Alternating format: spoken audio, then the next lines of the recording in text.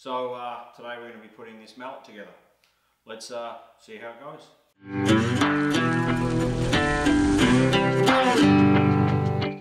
Okay, so we're going to start out by going through my offcuts bin. I've got plenty of excellent pieces of offcut there, some spotted gum and then that block of cherry, which we'll use for the inside.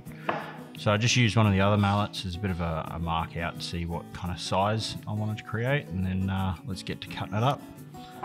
So we'll use our crosscut sled, and we'll trim the handle to size, and then we will trim the actual head to size. The two outside bits, and then trim the cherry. So pretty simple at this stage, just glue up some of that cherry and sit it on the inside, and I'll use a 18 gauge brad nail to fasten it to one of the outside components of the head. I'll then use the handle as a reference of how far that spacing needs to be and glue up the other side ready to go. And you'll see at this point I realized that I had used the wrong length brad nail, so we went for a longer brad nail, make sure it gets right through to the other side. So here we go, use some quick clamps just to hold it for the moment to allow that glue to dry, and we set it aside. So we'll use I think it's a 1/2 inch round over bit, and we'll use that to just edge the profile of that handle. I then realised that I actually wanted to gouge a bit out to create a bit more of an ergonomic hand, but just before that we set up our Makita Rotex sander, and then here you can see me rounding over that gouged out component, which just gives a bit more ergonomics to that handle. Now we'll go from 80 grit to 120 grit on all of the components. As you can see, I work on the handle, and this is because the mallet head's still in the glue clamps, but we'll hit those off camera with a 80 and 120 grit before pulling it out of the, well, once we've pulled it out of the clamps, I should say.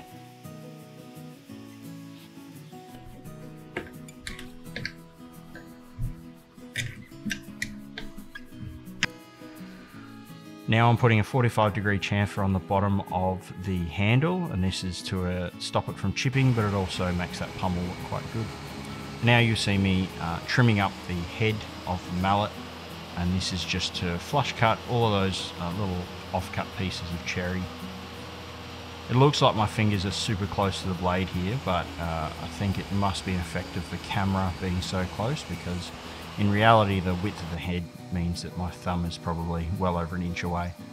And then here, once we've kind of press fit the handle, I'll use the miter saw just to trim the top there. Then we'll grab that round over bit again, and we'll flush trim the edges of the mallet head. And I really like the way that the 45-degree bevel on this looks. It really has that kind of Thor's hammer look, which just looks amazing.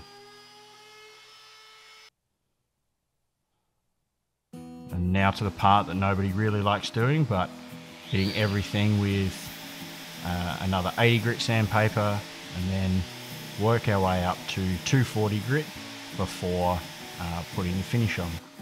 Before then, however, we'll have to glue the head up, and we'll whack a wedge in, which you'll see in a second.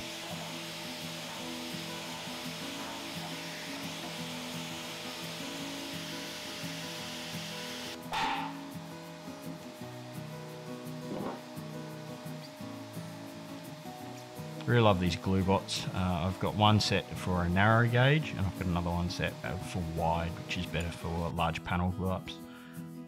Here you can see a mallet making a mallet, which I just thought was super ironic, but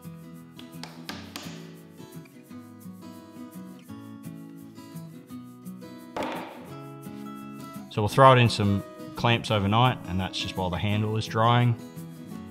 We then throw 2 coats of wipe-on poly over it, and that spotted gum really pops with all of the little cracks and veins, and then also you can see there the red of the cherry popping through. Turned out pretty well. It's quite hefty, which is excellent for a mallet.